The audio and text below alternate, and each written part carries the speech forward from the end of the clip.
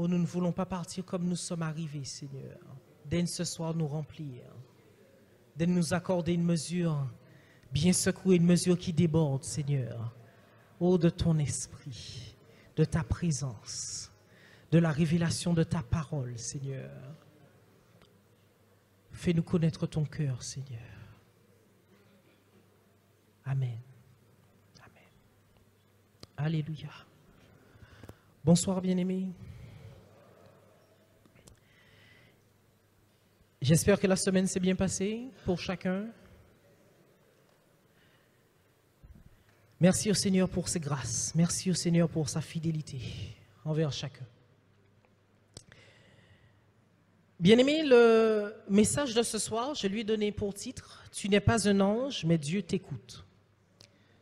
Tu n'es pas un ange, mais Dieu t'écoute. Et donc, je vais passer un certain temps à parler du ciel, là où sont les anges, de ce qu'ils viennent faire sur terre aussi.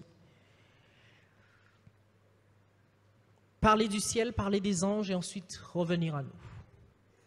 Tu n'es pas un ange, mais Dieu t'écoute. Commençons par le premier verset de la Bible. Genèse 1, verset 1. Au commencement, Dieu créa les cieux et la terre. Ce verset dit que Dieu a créé la terre au commencement, mais il dit aussi que Dieu a créé les cieux, non pas un seul ciel comme communément les hommes pensent qu'il n'y a qu'un seul ciel. Mais ce verset dit, il créa les cieux. Il y a donc plusieurs cieux et pas un seul ciel. Voyons maintenant ce que Dieu a créé dans chacun des ciels, dans chacun des cieux. Genèse 1, versets 14 à 17. Dieu dit qu'il y ait des luminaires dans l'étendue du ciel pour séparer le jour d'avec la nuit, que ce soit des signes pour marquer les époques, les jours et les années. Qu'ils servent de luminaires dans l'étendue du ciel pour éclairer la terre, et cela fut ainsi. Dieu fit les deux grands luminaires, le plus grand luminaire pour présider au jour, c'est le soleil. Le plus petit luminaire pour présider à la nuit, c'est la lune. Il fit aussi les étoiles. Et où est-ce qu'il les a placés? Dieu les plaça dans l'étendue du ciel pour éclairer la terre. Dans l'étendue du ciel. Ensuite, il va créer les oiseaux, verset 20. Est-ce qu'il les a placés dans l'étendue du ciel, les oiseaux? Dieu dit que les eaux produisent en abondance des animaux vivants et que des oiseaux volent sur la terre, donc au-dessus de la terre, et vers l'étendue du ciel. Les oiseaux donc ne volent pas dans l'étendue du ciel, mais vers l'étendue du ciel. Les oiseaux n'atteignent jamais l'étendue du ciel. On voit qu'il y a une dichotomie, qu'il y a une distinction qui se fait ici entre deux cieux. Le ciel, où sont les oiseaux, et l'étendue du ciel. Le deuxième ciel. Et donc ces oiseaux ne sont pas appelés des oiseaux de l'étendue du ciel, mais des oiseaux du ciel. Verset 19 de Genèse 2. Vous voyez, il est écrit « tous les oiseaux du ciel ». La Bible est très précise, ce ne sont pas des oiseaux de l'étendue du ciel. Verset 20. Aux oiseaux du ciel. Ces oiseaux ont été donc placés dans le premier ciel, alors que les étoiles, le soleil et la lune sont dans le deuxième ciel. Pour encore plus appuyer cette notion, cette dichotomie, cette différence entre ces deux cieux, on peut lire Néhémie 9, verset 6. C'est toi, Éternel, toi seul, qui as fait les cieux, c'est le premier ciel. Les cieux des cieux, c'est le deuxième ciel. Et toute leur armée, la terre et tout ce qui est sur elle, les mers et tout ce qu'elle renferme. Tu donnes la vie à toutes ces choses et l'armée des cieux se prosterne devant toi. Ce même verset en version Nouvelle Bible Seconde dit « C'est toi, Seigneur, toi seul qui as fait le ciel. » Et le ciel du ciel et toute leur armée. On voit bien la différence entre le ciel et on aurait dit que ce ciel lui-même a un autre ciel, le ciel du ciel. C'est donc le deuxième ciel. Il est appelé tantôt étendue du ciel en Genèse 1, Genèse 2, tantôt ciel du ciel, tantôt cieux des cieux. On pourrait donc se demander s'il y a un autre ciel en plus de ces deux cieux. Et à l'évidence, il y en a un parce que en 1 roi, en 2 chroniques, il est dit que Dieu ne peut être contenu dans le premier ciel ni dans le deuxième ciel. Donc forcément, il y a un endroit où il est. Il y a forcément un autre ciel. Où est sa maison? Là où il réside. Et c'est d'ailleurs tout le problème qu'il y avait à l'époque lorsqu'il fallait construire une maison pour Dieu. Mais comment construire une maison pour un si grand Dieu? Puisque ni le premier ciel ni le deuxième ciel ne peuvent le contenir. Alors comment pourrons-nous construire une telle maison? C'est ce qui est exprimé en 2 Chroniques, chapitre 2, verset 6. Mais qui a le pouvoir de lui bâtir une maison? À Dieu. Puisque les cieux, c'est le premier ciel, et les cieux des cieux, le deuxième, ne peuvent le contenir. Et qui suis-je pour lui bâtir une maison? En fait, dans cette maison, on pourra simplement faire brûler des parfums devant lui. Mais lui-même ne pourra pas être contenu dans cette maison. Puisque ni le premier ni le deuxième ciel ne peuvent le contenir. Alors la question, où est-ce qu'il habite? Il y a forcément un autre ciel. Il y a plusieurs manières de montrer que Dieu habite au 3e ciel. Et parmi ces manières, celles que je vais évoquer avec vous ce soir, on peut croiser 2 textes. 2 textes dans Jean, une parole de Jésus, et un autre texte dans 2 Corinthiens, écrit par Paul. Ce n'est qu'une façon de montrer que Dieu habite au 3e ciel. Lisons le premier texte en Jean 14, versets 2 à 3. Il y a plusieurs demeures dans la maison de mon Père. Si cela n'était pas, je vous l'aurais dit, c'est Jésus qui parle. Je vais vous préparer une place dans la maison de son Père. Et lorsque je m'en serai allé et que je vous aurai préparé une place, je reviendrai et je vous prendrai avec moi, afin que là où je suis, vous y soyez aussi. Jésus parle ici de la maison de son Père. Il dit qu'il y a plusieurs demeures dans la maison de son Père, qu'il va nous préparer une place là. Le paradis est là où est Dieu. Le paradis est là où est Jésus. Et il dit, je viendrai vous prendre avec moi, afin que là où je suis, vous y soyez aussi. On a vu que le paradis, c'est là où il y a la maison du Père, là où est Dieu le Père, là où est Dieu le Fils. Et donc maintenant, à quel ciel est ce paradis? Si on trouve à quel ciel est le paradis, on saura où est la maison de Dieu. On saura dans quel ciel elle se trouve. Cela nous est dit en 2 Corinthiens 12, versets 2 à 4. Je connais un homme en Christ, et Paul parle de lui-même ici, qui fut il y a 14 ans ravi jusqu'au 3e ciel. Si ce fut dans son corps, je ne sais. Si ce fut hors de son corps, je ne sais. Dieu le sait. Et je sais que cet homme, si ce fut dans son corps ou sans son corps, je ne sais, Dieu le sait, fut enlevé dans le paradis. Et qu'il entendit des paroles ineffables qu'il n'est pas permis à un homme d'exprimer. Ce que Paul est en train de dire ici, c'est qu'il a été ravi au 3e ciel. Ça, c'est le verset 2. Et ensuite, il dit, verset 2, est-ce qu'on peut le voir? Ravi jusqu'au 3e ciel. Ensuite, il va expliquer où est-ce qu'il s'est trouvé. Verset 4. Il fut enlevé dans le paradis. Donc, le paradis est au 3e ciel. Jésus est au 3e ciel. Sa présence se manifeste de façon incroyable au 3e ciel, en tout cas. Tout comme Dieu. Et c'est là qu'est la maison de Dieu. Oh, le 1er et le 2e ciel ne peuvent contenir Dieu. Mais le 3e ciel, c'est là où est sa maison. Et c'est là que Paul a été ravi. On peut donc se demander, est-ce qu'il y a un autre ciel? La réponse est non. La réponse est non, et c'est pourquoi lorsque Dieu est parti de la terre vers la maison de son Père, vers le 3e ciel, la Bible dit qu'il est monté au-dessus de tous les cieux, parce qu'il n'y a pas d'autre ciel au-dessus du 3e ciel. C'est Éphésiens 4, 10 qui nous le dit. Éphésiens 4, 10. Celui qui est descendu, c'est le même qui est monté au-dessus de tous les cieux. Il n'y avait pas d'autre ciel, et il n'y en a toujours pas d'autre au-dessus. Jésus est monté au-dessus de tous les cieux afin de remplir toutes choses. Donc pour récapituler ce qui a été dit jusqu'ici, on voit que tout ce qui existe, la terre, mais aussi ce qu'il y a au-dessus de la terre, en dehors de la terre. Dans la vision de Dieu, c'est décomposé en 3 cieux. Le ciel, où il y a les oiseaux qui volent. Ces oiseaux volent vers l'étendue du ciel, le 2e ciel. Le 1er ciel est appelé par les théologiens le ciel atmosphérique. Le 2e ciel est appelé par les théologiens le ciel sidéral. C'est là où il y a le soleil, les étoiles, la lune.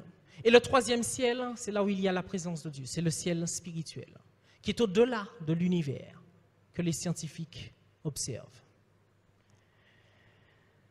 Ce dernier ciel est appelé le ciel spirituel. À présent, j'aimerais donc considérer plusieurs passages avec vous, plusieurs passages qui montrent le va-et-vient que font les anges entre le 3e ciel, là où demeure Dieu, et la terre.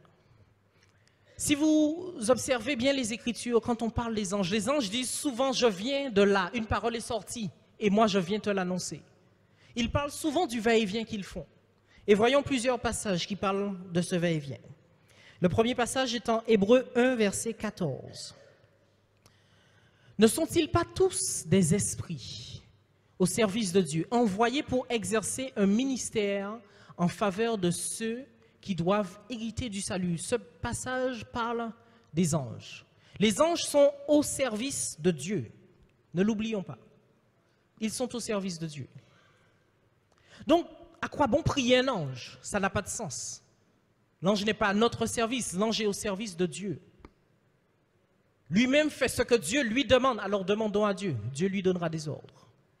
Ne les adorons pas non plus. Ce ne sont que des serviteurs. Adorons celui qui donne les ordres. Celui qui est au-dessus de tous, adorons Dieu, bien-aimé. Aussi puissant que soit un ange, il ne mérite pas notre adoration. Et nous ne devons pas le prier. Ce sont des esprits au service de Dieu qui sont envoyés. Ils partent du 3e ciel, ils arrivent sur terre pour exercer un ministère en notre faveur. Ce sont des envoyés. Ce sont des envoyés. Daniel 9, versets 20 à 23, nous parle d'un envoi, de l'envoi d'un ange. Mais avant, j'aimerais d'abord qu'on considère la façon de prier de Daniel, verset 18. On commencera à partir du verset 18 et ensuite on verra cette mission qu'a eu l'ange. Cherchons à tirer des leçons de la façon de prier de Daniel, puisque nous sommes en jeûne et prière ce soir. Mon Dieu, prête l'oreille et écoute.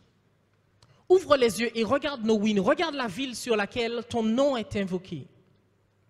Car ce n'est pas à cause de notre justice que nous te présentons nos supplications.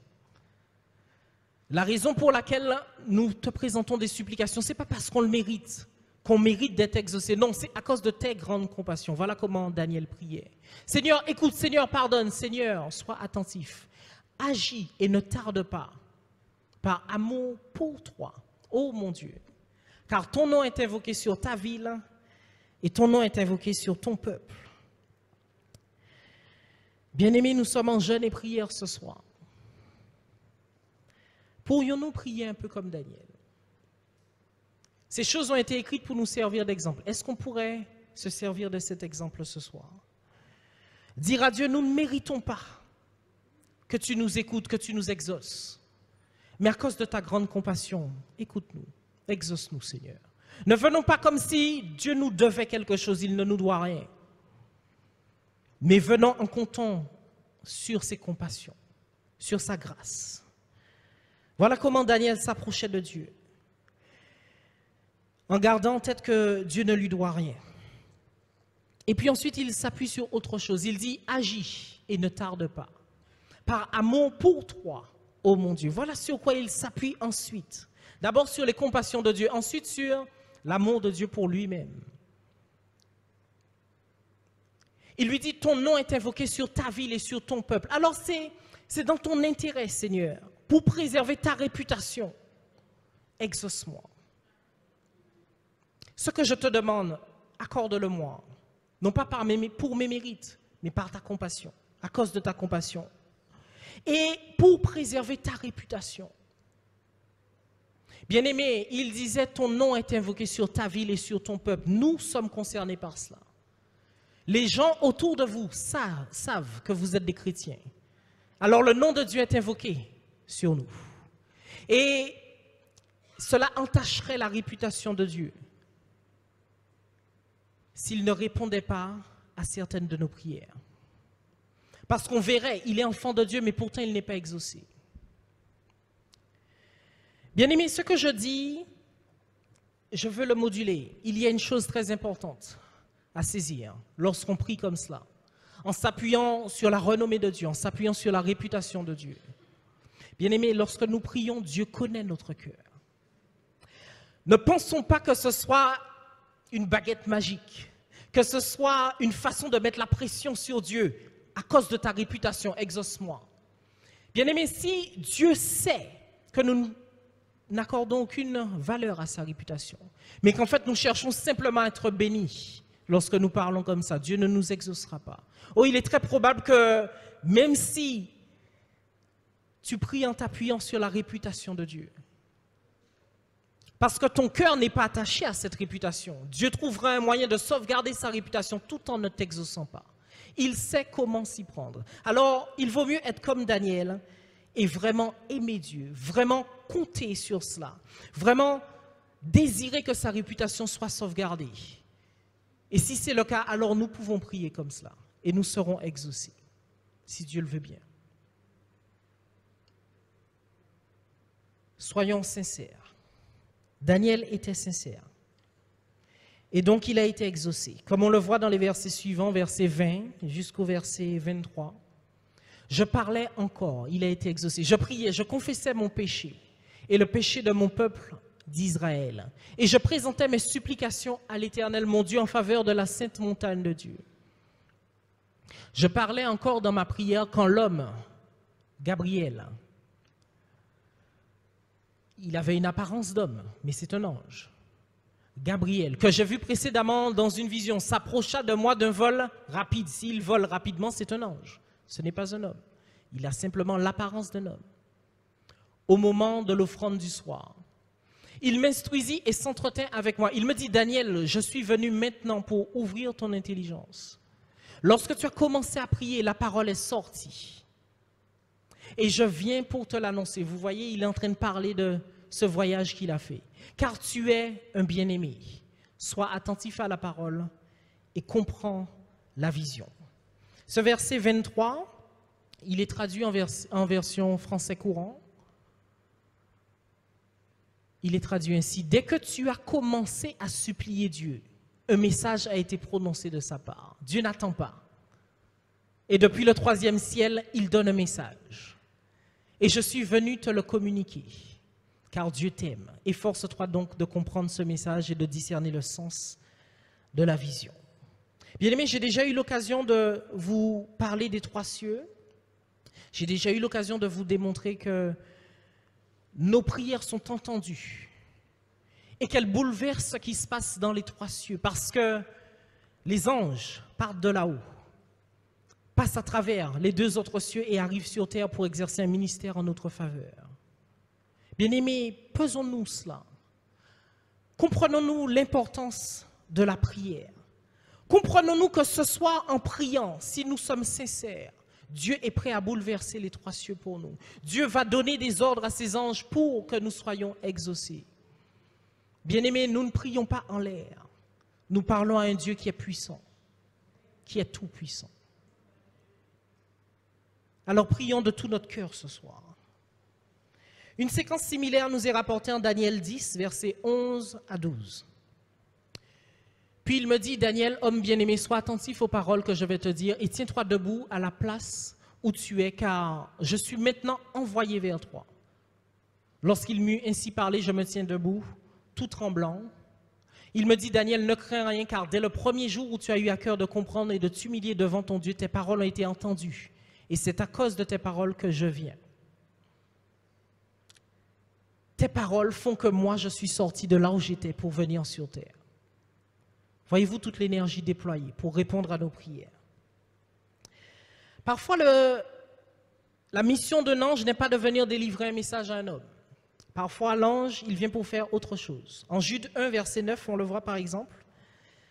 L'archange Michel a été missionné, a eu pour mission de déplacer le corps de Moïse. Or, l'archange Michel, lorsqu'il contestait avec le diable et lui disputait le corps de Moïse, n'osa pas porter contre lui un jugement injurieux. Mais il dit que le Seigneur te réprime. L'archange Michel a lui aussi été envoyé par Dieu du 3e ciel jusqu'à la terre. Non pas pour annoncer un message, mais pour déplacer le corps de Moïse. Et ce que j'aime dans ce passage, ce qui peut nous servir de leçon, c'est qu'il s'est retenu.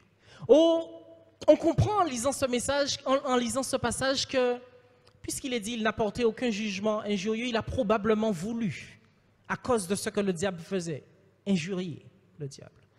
Mais il ne l'a pas fait. Oh, il s'est retenu. Nous aussi, ayons de la retenue. Il était fixé sur sa mission. Je suis simplement venu déplacer le corps de Moïse. Il s'est retenu. Et pourtant, il a plus de force que le diable. Il est plus puissant que le diable. Si vous lisez Apocalypse 12, vous vous rendrez compte que Michel et ses anges sont plus forts que Satan et ses anges et ses démons. Mais quand bien même il est plus fort, il ne va pas à l'affrontement. Il dit simplement, je m'en remets à Dieu, que le Seigneur te réprime. Sa mission, c'est de venir déplacer le corps, il s'arrête à sa mission. Nous aussi, arrêtons-nous à notre mission. Ne nous laissons pas égarer, ne nous laissons pas distraire. Bien-aimés, ce soir, nous sommes en jeûne et prière, prions de tout notre cœur. Ne pensons pas à autre chose. Et lorsque nous sommes chez nous, nous décidons de prier, que rien d'autre ne nous distrait. Pas de télévision, pas de téléphone sur sonnerie.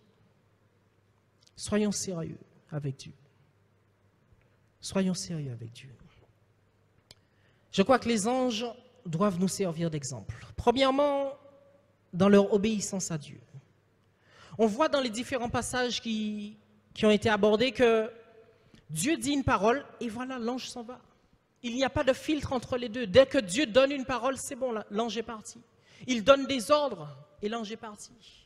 Nous devons être obéissants comme cela. Si Dieu dit pardonne, mon frère, ma soeur, pardonne. Qu'il n'y ait pas de différence entre ce que Dieu dit et ce que toi tu fais, ce que moi je fais. Soyons au service de Dieu, tout comme les anges le sont. Premièrement, ils doivent nous servir d'exemple pour leur obéissance, mais aussi parce qu'ils ne se laissent pas distraire, comme je l'ai déjà dit. Voyons une autre mission reçue par un ange au 3e ciel, en Luc 1, versets 11 à 20. La Bible dit, alors un ange du Seigneur apparut à Zacharie et se tint à la droite de l'autel des parfums. Zacharie fut troublé en le voyant et la frayeur s'empara de lui, mais l'ange lui dit, ne crains point Zacharie, car ta prière a été exaucée. Ta femme Élisabeth t'enfantera un fils et tu lui donneras le nom de Jean. Ce que l'ange est en train de lui dire, c'est que ta prière a été exaucée, Zacharie. Tu voulais que ta femme tombe enceinte, elle tombera enceinte. Et elle enfantera Jean, celui qu'on appelle Jean-Baptiste. On voit au verset 12, on le voit. Il fut troublé, la frayeur s'empara de lui lorsqu'il a vu l'ange. Mais pourtant, il ne va même pas croire ce que l'ange lui annonce. Oh, il est troublé par son apparence, il est troublé. Un ange vient me voir, mais il n'accorde pas de crédit à ce que l'ange lui dit. Allons, verset 18. Verset 18, Zacharie dit à l'ange, « À quoi reconnaîtrai-je cela? Car je suis vieux et ma femme est avancée en âge. » L'ange lui répondit, « Je suis Gabriel, je me tiens devant Dieu. J'ai été envoyé pour te parler et pour t'annoncer cette bonne nouvelle. Et voici, tu seras muet, tu ne pourras pas parler jusqu'au jour où ces choses arriveront, parce que tu n'as pas cru à mes paroles, qui s'accompliront en leur temps. » Zacharie prie pour cela. L'ange vient lui dire, tu as été exaucé, mais pourtant il ne croit pas. Lorsque nous prions, bien-aimés, croyons que Dieu fera. Comment est-il possible qu'il prie pour cela et que lorsque c'est exaucé, il n'y croit pas? Oh, ma femme est âgée, moi aussi je suis âgé. Et alors, est-ce que Dieu n'est pas tout-puissant? Nous devons croire. Nous devons croire. Croire que nos prières ont de l'efficacité. Parce que le Dieu qui l'écoute est le Tout-Puissant. Et donc Zacharie, à cause de son incrédulité, a été muet jusqu'au jour où ça s'est accompli. Mais on voit comment l'ange essaie de le convaincre, essaie de lui dire, mais mes paroles ont de la crédibilité. Verset 19, l'ange lui répondit, je suis Gabriel. Comme pour dire, je ne suis pas n'importe qui, je suis Gabriel, jeune historique. En Daniel 8, en Daniel 9, c'est moi qui ai été envoyé. Je suis un serviteur de Dieu depuis longue date. Est-ce que Gabriel, ça t'évoque quelque chose? Je suis Gabriel, jeune historique. Je sers Dieu. Donc mes paroles devraient te convaincre. Tu sais que je suis un serviteur de Dieu. Deuxièmement, il dit, je me tiens devant Dieu. Ça aussi, ça devrait te convaincre. Le simple fait que tu saches que je me tiens devant Dieu devrait te convaincre que ce que je te dis est vrai. Je me tiens devant Dieu, je me laisse imprégner par sa vision des choses. Je me tiens devant Dieu. J'ai l'habitude d'être devant le trône. Alors accorde de l'importance à ce que je dis. Troisièmement, j'ai été envoyé. Donc ce que je te dis, ce n'est pas mon message, c'est le message de Dieu.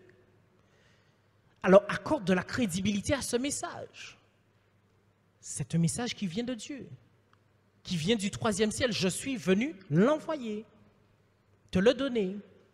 Alors crois à ce message.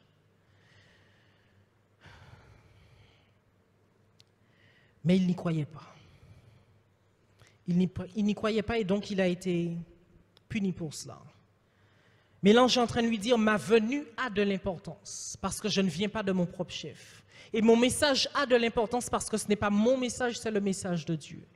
Voyez-vous comment l'ange est en train de défendre la crédibilité de son message, la crédibilité de sa personne même. Il ne s'appuie pas sur lui. Je suis telle personne, j'ai fait ci, j'ai fait ça. Mais quand il dit « je suis Gabriel », il dit « j'ai été utilisé par Dieu ».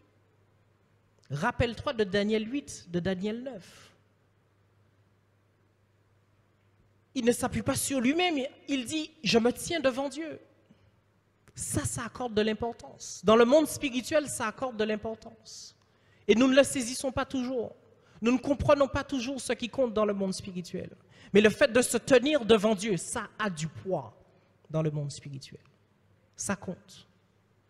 Et le fait de faire ce que Dieu demande, ça compte aussi dans le monde spirituel. Mais on ne le comprend pas en général. En général, on ne le comprend pas. Il est en train de dire, j'ai un historique, premièrement. Deuxièmement, j'ai l'habitude de me laisser imprégner par la vision des choses de Dieu. Je me tiens devant Dieu. Troisièmement, j'ai été envoyé. Et parfois, on est comme Zacharie. On évalue mal l'importance de ce qui nous arrive, de ce que Dieu nous accorde, des messages qu'on reçoit. On évalue mal cette importance parce qu'on ne comprend pas ces règles. On le voit encore en Matthieu 18, verset 10. Regardez ce que Jésus dit ici. Il dit, gardez-vous de mépriser un seul de ces petits. Il parle des enfants. Gardez-vous de scandaliser un seul de ces petits. Et la raison qu'il avance, ce qui devrait faire que nous nous tenions à carreau pour ne pas scandaliser un petit enfant, voilà l'argument qu'il donne. Le comprenons-nous?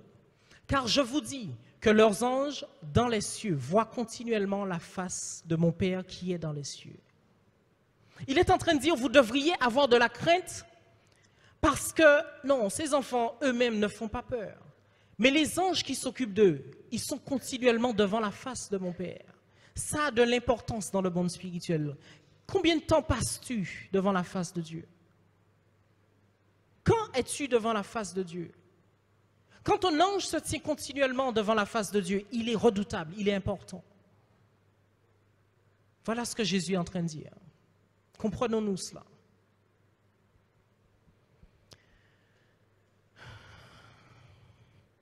Bien-aimé, s'il se tient continuellement devant la face de Dieu, c'est qu'il est entendu, c'est qu'il a un accès privilégié.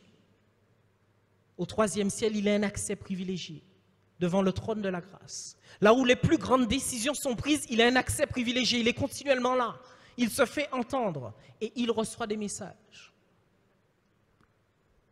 alors il est important, alors il est redoutable. Parce qu'il se tient devant Dieu. Et 3, la question est posée. Vas-tu souvent au 3e ciel? Tous les anges savent que c'est là que les grandes décisions sont prises. Tous les anges y vont. Satan lui-même y va. Si vous lisez Job, vous verrez que Satan est arrivé en même temps que les anges, il est venu auprès du trône de Dieu pour obtenir ce qu'il voulait demander. Que du mal puisse arriver à Job. Il sait que c'est là que les grandes décisions sont prises. Alors il s'y rend. Les anges s'y rendent. Et 3.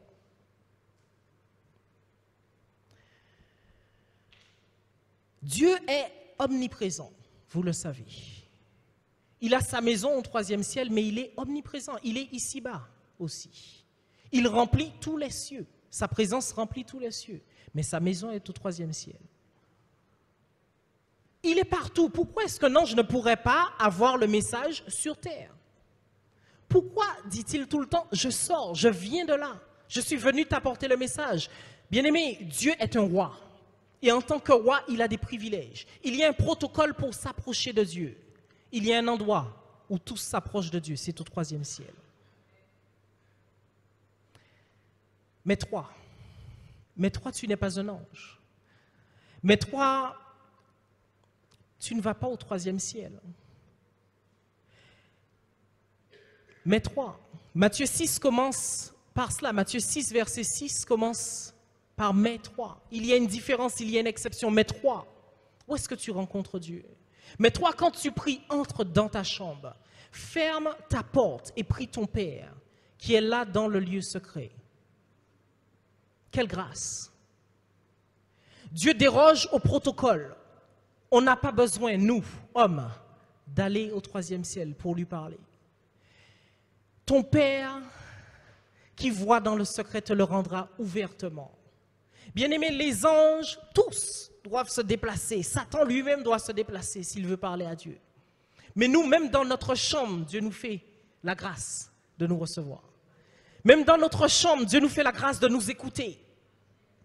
Bien-aimés, voyons-nous l'exception que Dieu fait pour nous.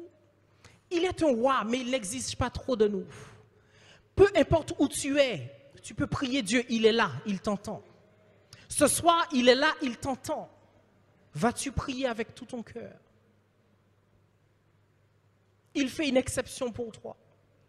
Oh, cette exception a un inconvénient, c'est que puisque nous ne pouvons pas aller au 3e ciel, nous ne voyons pas toute la gloire dont il jouit. Et donc, nous traitons cela à la légère, nous négligeons la présence de Dieu. Nous ne voyons pas toute la gloire dont il bénéficie là-haut. Même dans notre chambre, nous prions et il nous entend. Et donc, on ne voit pas, on ne réalise pas, mais c'est un grand Dieu que nous prions. Bien-aimés, c'est un grand Dieu que nous prions. C'est le plus grand, celui qui est au-dessus de tous. Et béni soit-il, il nous fait la faveur de nous écouter même dans notre chambre. Et ici, il veut t'écouter ce soir. La Bible dit, là où 2 ou 3 sont assemblés, en mon nom, je suis au milieu d'eux. Jésus est là ce soir. Que vas-tu lui dire dans ta prière? Il est là, il veut t'écouter. Vas-tu lui parler? En réalisant qu'il est capable de bouleverser les 3 cieux pour toi, de donner des ordres à ses anges pour toi. Réalises-tu le privilège que tu as d'être entendu par ce Dieu? Il est là ce soir. Bien-aimés, ce soir, je voudrais que nous prions de tout notre cœur.